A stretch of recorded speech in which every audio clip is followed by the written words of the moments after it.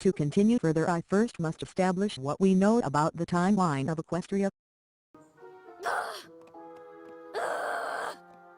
Wow, I've never seen Twilight so upset before. Wait. Come back. Knowing this timeline is key to the Headcanon. Defeated by the elements of harmony and imprisoned in the moon, legend has it that on the longest day of the 1000th year, the stars will aid in her escape, and she will bring about nighttime eternal. Easy math. Nightmare Moon will escape in the 1000th year of her imprisonment. So as of Season 1 Episode 1, Nightmare Moon was imprisoned 1000 years ago. What's next? Even my knowledge of the Empire is limited. But what I do know is that it contains a powerful magic. 1000 years ago, King Sombra, a unicorn whose heart was black as night, took over the Crystal Empire.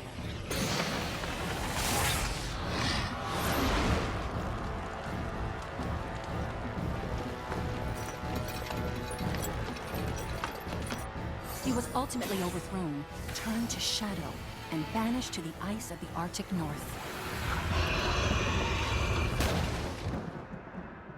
But not before he was able to put a curse upon the Empire. A curse that caused it to vanish into thin air. We see that Sombra was overthrown by both Celestia and Luna. So it was about 1000 years previous, but a bit before Nightmare Moon was banished. So this we know for certain. Nightmare Moon and Sombra's banishments were fairly close together. From Season 2 Episode 11 we learned two big things about the timeline. Once upon a time, long before the peaceful rule of Celestia, and before ponies discovered our beautiful land of Equestria. So we know that those events came before Celestia was a princess. What is that thing? They must be Wendigos. Wendigos? I meant our Star Swirl the Bearded taught me about them. They're winter spirits that feed off fighting and hatred. This means that even if Equestria was established long before the peaceful reign of Celestia, it was established while Star Swirl was there. We have to look at another clip to see what this tells us. Princess Luna? Hi, my name is... Star Swirl the Bearded. Commendable costume. Now even got the bells right. Thank you, finally! Some pony who gets my costume. A statement like "thou even got the bells right" is not just amazing, but would also indicate that Luna personally knew Star Swirl. Therefore we know that Celestia's and Luna's lives overlapped Star Swirl's. We might also assume that they were not yet royalty since the episode depicted another ruler, so the sisters were probably not yet alicorns, and therefore not immortal. So even if we're not certain Celestia and Luna were alive when Equestria was founded, we do know that they were alive within Star Swirl's lifespan, relatively close to the founding of Equestria. We learn more from what Celestia says about Discord. It seems an old foe of mine, someone I thought I had defeated long ago, has returned. His name is Discord. Discord is the mischievous spirit of disharmony.